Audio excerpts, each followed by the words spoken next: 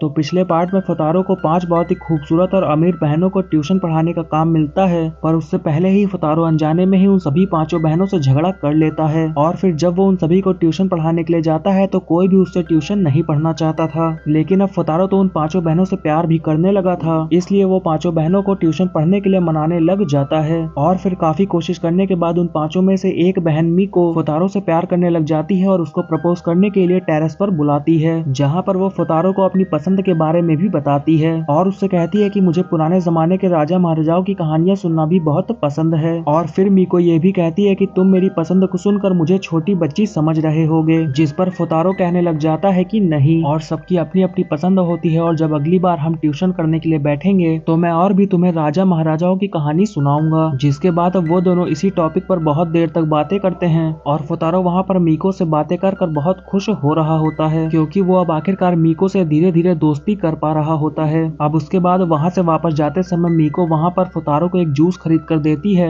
और उसको वहाँ पर कुछ अलग ही लैंग्वेज में कह रही होती है और फुतारो को कुछ भी समझ में नहीं आ रहा होता है, जिससे कि मीको वहाँ पर उसको चिढ़ाते हुए वहाँ से चली जाती है, जिससे कि फुतारो वहाँ पर चिढ़ जाता है और वो वहाँ से जाने के बाद लाइब्रेरी जाता है और वहाँ पर बहुत सारे पुराने राजा महाराजाओं की बुक्स को निकाल लेता है, जहाँ पर वो सोच रहा होता है कि आखिर ऐसी कौन सी चीज है जो कि मेरे को नहीं आती है। और अब सारी तैयारी करने के बाद अगले दिन फुतारो मीको से मिलने के लिए जाता है, जहाँ पर वो दोनों वापस से पुराने राजा महाराजाओं की बातें करते हैं और मीको वहाँ पर वापस से एक अलग ही लैंग्वेज में उससे कुछ सवाल पूछती है। और अब की बार फुतारो यहाँ पर पूरी तैयारी में आया होता है, जिससे कि वो सवाल का जवाब बहुत ही आसानी से दे देता है, जिसको देखकर मीको वहाँ पर शॉक हो जाती है और वहाँ से भागने लग जाती है, जहाँ पर फुतारो भी उसका पीछा करने लग जाता है और उससे पूछने लग जाता है कि आखिर तुम मेरे से भाग क्यों रही हो। तो मीको वहाँ पर कहने लग जाती है कि तुम मेरे जैसे नहीं हो, तुम्हें मेरे सवालों के जवाब नहीं पता होंगे। जिसके बाद मीको वहाँ पर बहुत सारे सवाल अलग लैंग्वेज में फुतारो से पूछती है और फुतारो भी उसका पीछा करते हुए उसके सारे सवालों के जवाब दे देता है। अब वो दोनों वहाँ पर भागते भागते बहुत ज्यादा थक जाते हैं, इसलिए वो दोनों एक जगह पर जाकर रुकते हैं और फुतारो उससे कहने लग जाता है कि मैंने तुम्हारी बहनों से मिलकर बात की और तुम्हारे बारे में जानने की कोशिश की, जिसके बाद मैंने लाइब्रेरी में पुराने राजा महाराजाओं की बुक भी पढ़ी है। जिस पर मीको उससे कहने लग जाती है कि क्या तुमने मेरी बहनों को मेरी पसंद के बारे में बता दिया। फुतारो कहता है कि नहीं, और फिर मीको वहाँ पर अपने बारे में बताने लग जाती है कि वो मानती है कि वो अपनी सभी बहनों में से बहुत ज्यादा बेवकूफ है और इसीलिए वो अपनी बहनों से अधिकतर दूर रहती है और अपनी पसंद के बारे में किसी से भी ज्यादा बात नहीं करती। जहाँ पर फुतारो उसको समझाने लग जाता है कि तुम अपनी बहनों से कम नहीं हो, तुम्हें अपने टेस्ट में हिस्ट्री में अपनी बाकी सभी बहनों से ज्यादा नंबर मिले हैं, जहाँ पर तुम्हारी बाकी सभी बहनों को भी अलग अलग सब्जेक्ट में बहुत अच्छे नंबर मिले हैं। जहाँ पर फुतारो मीको को ये समझाने की कोशिश कर रहा था कि अगर वो सभी एक साथ मिलकर पढ़ेंगी तो वो सभी बहुत ही आसानी से अपने टेस्ट को पार कर लेंगी। और फिर फुतारो वहाँ पर मीको से कहने लग जाता है कि तुम अपनी सभी बहनों से कम नहीं हो, तुम सभी किसी न किसी सब्जेक्ट में परफेक्ट हो। जहाँ पर मीको फुतारो की ये सारी बातें सुनकर बहुत खुश होती है। और फिर हमें अगले दिन का सीन दिखाया जाता है, जहाँ पर योत्सुका लाइब्रेरी में बैठकर पढ़ रही होती है और तभी वहाँ पर मीको और फुतारो भी आ जाते हैं, जहाँ पर मीको एक बुक निकाल कर अपनी बहन से कहती है कि चलो हम दोनों साथ में बैठकर पढ़ते हैं। जहाँ पर मीको की इस बात को सुनकर फुतारो वहाँ पर बहुत खुश होता है और तभी वहाँ पर उन दोनों को देखकर योत्सुका वहाँ पर मीको के कान में जाकर कहने लग जाती है कि आखिर तुम्हारे और फुतारो के बीच में कुछ चल रहा है क्या, कहीं तुम्हें जो लड़का पसंद है वो फुतारो तो नहीं है। लेकिन तभी फुतारो वहाँ पर देखता है कि उस जगह के दरवाजे बंद हो जाते हैं, जिससे कि फुतारो वहाँ पर घबराने लग जाता है, जहाँ पर अब उसको समझ में नहीं आ रहा होता है कि अब उसको क्या करना चाहिए। लेकिन तभी वहाँ पर मीको आती है और अपना एक कार्ड स्वाइप करती है, जिससे कि वो गेट वहाँ पर खुल जाता है और वो वहाँ पर फुतारो को बताने लग जाती है कि कैसे ये गेट सिर्फ एक कार्ड से ही खुल सकता है।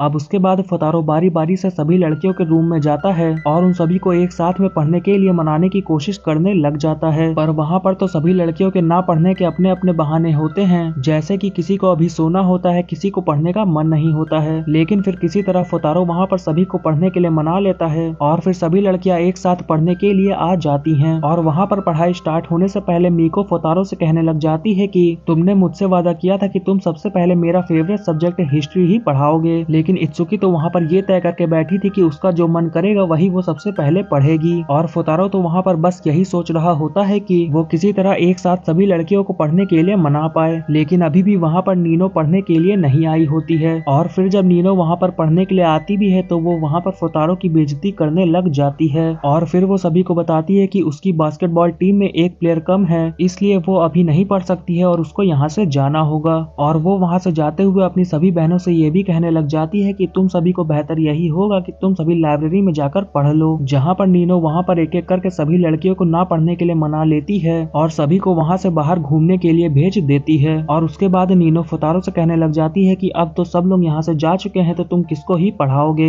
लेकिन अभी भी वहाँ पर मीको होती है जिसको कि नीनो वहाँ से भगाने की कोशिश करती है, पर मीको यहाँ पर नीनो की कोई भी बात नहीं मानती है, जिससे कि नीनो और मीको के बीच में वहाँ पर झगड़ा स्टार्ट हो जाता है। और जब फुतारो वहाँ पर उनका झगड़ा शांत कराने के लिए बीच में आने ही वाला होता है कि तभी नीनो मीको को खाना बनाने के कंपटीशन के लिए चैलेंज कर देती है, जिसको सुनकर मीको भी वहाँ पर उस चैलेंज के लिए हाँ कह देती है और फुतारो को यहाँ पर जज रख दिया जाता है। अब उसके बाद मीको और नीनो दोनों ही अपना अपना खाना बनाकर लाती हैं और फुतारो को उन दोनों का खाना ही खाकर बताना होता है कि कौन सा खाना सबसे ज्यादा अच्छा है। जहाँ पर मीको का खाना तो दिखने में बहुत ज्यादा बेकार लग रहा था, पर जब फुतारो वहाँ पर दोनों ही खाने को टेस्ट करता है तो वो दोनों खाना ही बराबर होता है और फुतारो वहाँ पर दोनों ही खाने की तारीफ करता है। अब अपने खाने की तारीफ सुनकर मीको वहाँ पर शर्माने लग जाती है और नीनो वहाँ से चली जाती है। अब उसके बाद मीको और फुतारो मिलकर वहाँ पर प्लेट्स साफ करने लग जाते हैं और फुतारो वहाँ पर मीको से पूछ रहा होता है कि आखिर वो नीनो से दोस्ती कैसे कर सकता है, जिस पर मीको फुतारो से बस इतना ही कहती है कि तुम्हें नीनो से प्यार से बात करनी होगी। अब उसके बाद फुतारो वहाँ से जाने लग जाता है, लेकिन तभी उसको याद आता है कि वो तो अपना कार्ड ऊपर ही भूल आया है, इसलिए वो वहाँ पर मीको को कॉल करता है, लेकिन मीको बताती है कि वो इस समय नहा रही है, इसलिए उसको ऊपर खुद ही आकर वो कार्ड लेकर जाना होगा। अब उसके बाद जब फुतारो ऊपर आकर दरवाजा खोलता है तो वो देखता है कि उसके सामने एक लड़की अपने बालों को सुखा रही है, जिसको देखकर फुतारो को तो यही लग रहा होता है कि ये जरूर मीको ही होगी, इसलिए वो अपना कार्ड उठाने के लिए जाता है और अपना कार्ड लेकर वहाँ से जा रहा होता है। लेकिन तभी फुतारो वहाँ पर देखता है कि वो मीको नहीं बल्कि नीनो है। जहाँ पर नीनो फुतारो से कह रही होती है कि वो अपने आंखों में जो लेंस लगाती है वो उससे खो गए हैं, इसलिए वो फुतारो को उसको ढूंढने के लिए कहती है। जहाँ पर फुतारो को नीनो के इरादे कुछ सही नहीं लग रहे थे, इसलिए वो वहाँ से जाने लग जाता है। लेकिन तभी वो वहाँ पर देखता है कि उसी बीच अलमारी से कुछ बुक्स नीनो के ऊपर गिरने वाली होती हैं, इसलिए वो वहाँ से भागते हुए जाता है और नीनो को बचा लेता है। पर इसकी वजह से वो वहाँ पर नीनो के ऊपर ही गिर गया होता है और नीनो वहाँ पर इसकी वजह से शर्मा भी रही होती है और गुस्सा भी कर रही होती है और फुतारो से पूछ रही होती है कि आखिर तुम यहाँ पर क्या करने की कोशिश कर रहे थे। लेकिन तभी वहाँ पर इत्सुकी भी अपने फोन से इसकी फोटो खींच लेती है और फुतारो से कहने लग जाती है कि मुझे तो हमेशा से ही पता था कि तुम्हारी नजर हम सभी के ऊपर गलत है। अब उसके बाद वो सभी आपस में बैठकर ये तय करने लग जाते हैं कि फुतारो को क्या सजा दी जाए। जहाँ पर मीको फुतारो की तरफ होती है और उसको बचाने की कोशिश कर रही होती है और नीनो और मीको के बीच में वापस से वहाँ पर झगड़ा स्टार्ट हो जाता है, जिसको देखकर इत्सुकी वहाँ पर उन दोनों का झगड़ा मिटाने के लिए आती है, पर मीको और नीनो तो यहाँ पर इत्सुकी को ही चुप करा देती हैं। अब उसके बाद नीनो वहाँ पर इत्सुकी की खींची हुई फोटोज दिखाकर कहने लग जाती है कि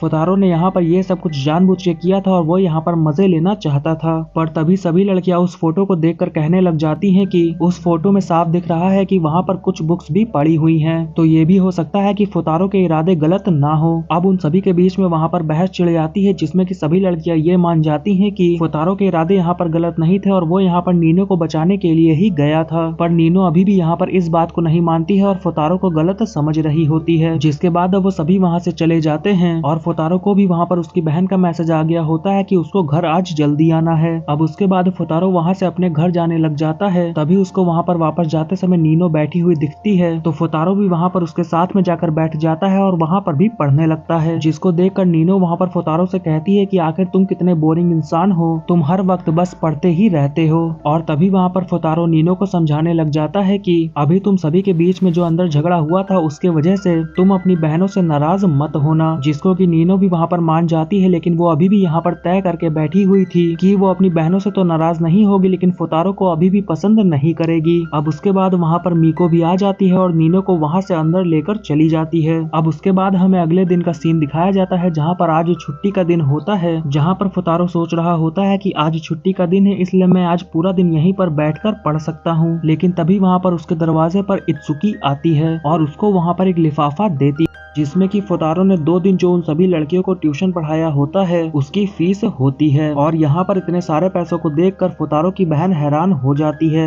और कहने लग जाती है कि मेरा भाई इतना भी नाकारा नहीं है। लेकिन फुतारो वहाँ पर इन पैसों को लेने से मना कर देता है और इत्सुकी से कहने लग जाता है कि मैं इन पैसों को नहीं ले सकता हूँ, क्योंकि मुझे ऐसा लगता है कि मैंने इन 2 दिनों में तुम सभी बहनों को कुछ भी नहीं पढ़ाया है। जिस पर इत्सुकी उससे कहने लग जाती है कि भले ही तुमने इन 2 दिनों में हम सभी को कुछ भी नहीं पढ़ाया है, लेकिन तुम्हारे आने की वजह से मेरी बहनों में बहुत सारे बदलाव दिख रहे हैं। जिसको सुनकर फुतारो वहाँ पर कुछ देर के लिए सोचने लगता है और फिर वो वहाँ पर अपनी बहन से पूछने लग जाता है कि आखिर तुम्हें इन पैसों से क्या चाहिए। और फिर हमें गेमिंग सेंटर का सीन दिखाया जाता है जहाँ पर वो सभी आए होते हैं और फुतारो इत्सुकी से पूछ रहा होता है कि आखिर तुम हमारे साथ में क्यों आई हो। तभी हमें घर का सीन दिखाया जाता है जहाँ पर फुतारो की बहन ने इत्सुकी से बहुत सारी रिक्वेस्ट की थी कि वो भी उन सभी के साथ में गेमिंग सेंटर चले। जिसके बाद अब गेमिंग सेंटर में वो सभी मिलकर बहुत सारे मजे करते हैं और फिर फुतारो इत्सुकी से बताने लग जाता है कि हमारी फैमिली बहुत ज्यादा गरीब है, इसलिए मेरी बहन बाकी अमीर बच्चों की तरह ज्यादा कुछ नहीं कर पाती है। अब उसके बाद वहाँ पर फुतारो की बहन चाहती थी कि वो सभी मिलकर यहाँ पर एक फोटो खींचें, जिसकी जिद की वजह से फुतारो और इत्सुकी को भी साथ में फोटो खिंचवानी पड़ती है। जहाँ पर फुतारो की बहन तो बहुत खुश होती है, लेकिन फुतारो और इत्सुकी को शर्म आ रही होती है। अब उसके बाद वो सभी घर जा रहे होते हैं और फुतारो सोच रहा होता है कि उसने सोचा था कि आज छुट्टी का दिन है, इसलिए वो पूरा दिन घर पर रहकर पढ़ाई करेगा, लेकिन इन दोनों की वजह से यहाँ पर ऐसा कुछ भी नहीं हो पाया। और तभी वहाँ पर फुतारो इत्सुकी से भी पूछता है कि आखिर तुमने टेस्ट के लिए पढ़ाई कर लिया। जिसको सुनकर इत्सुकी वहाँ पर घबराने लग जाती है और वहाँ से भागने लग जाती है और फुतारो भी उसका पीछा करते हुए उसके पीछे भागने लग जाता है। लेकिन तभी वहाँ पर फुतारो की बहन देखती है कि इत्सुकी की चारों बहनें भी वहाँ पर एक बहुत ही सुंदर सी ड्रेस पहनकर आई होती हैं। जहाँ पर योत्सुका फुतारो की बहन से आकर पूछने लग जाती है कि आखिर क्या तुम हम सभी के साथ में आतिशबाजी देखने चलोगी। और फिर फुतारो की बहन फुतारो से जिद करने लग जाती है, जिससे कि फुतारो को ना चाहते हुए भी उन सभी के साथ में अपनी बहन की जिद की वजह से जाना पड़ता है। पर वहाँ पर जाने से पहले फुतारो वहाँ पर उन 5 बहनों से कहता है कि तुम्हें सबसे पहले अपना होमवर्क कंप्लीट करना पड़ेगा। और अब वो 5 लड़कियां ना चाहते हुए भी अपना होमवर्क कंप्लीट करने के लिए बैठ जाती हैं और किसी तरह रोते गाते 5 लड़कियां अपना होमवर्क कंप्लीट कर लेती हैं। अब उसके बाद वो सभी मिलकर फेस्टिवल में घूमने के लिए जाते हैं और सभी लड़कियां इस बात से भी बहुत ज्यादा खुश होती हैं कि पहली बार उन सभी ने अपना होमवर्क भी कंप्लीट कर लिया है। पर फुतारो तो वहाँ पर अभी भी अपना मुंह लटकाए हुए होता है और सोच रहा होता है कि आखिर इन सभी को इतनी ज्यादा एक्साइटमेंट किस बात की है।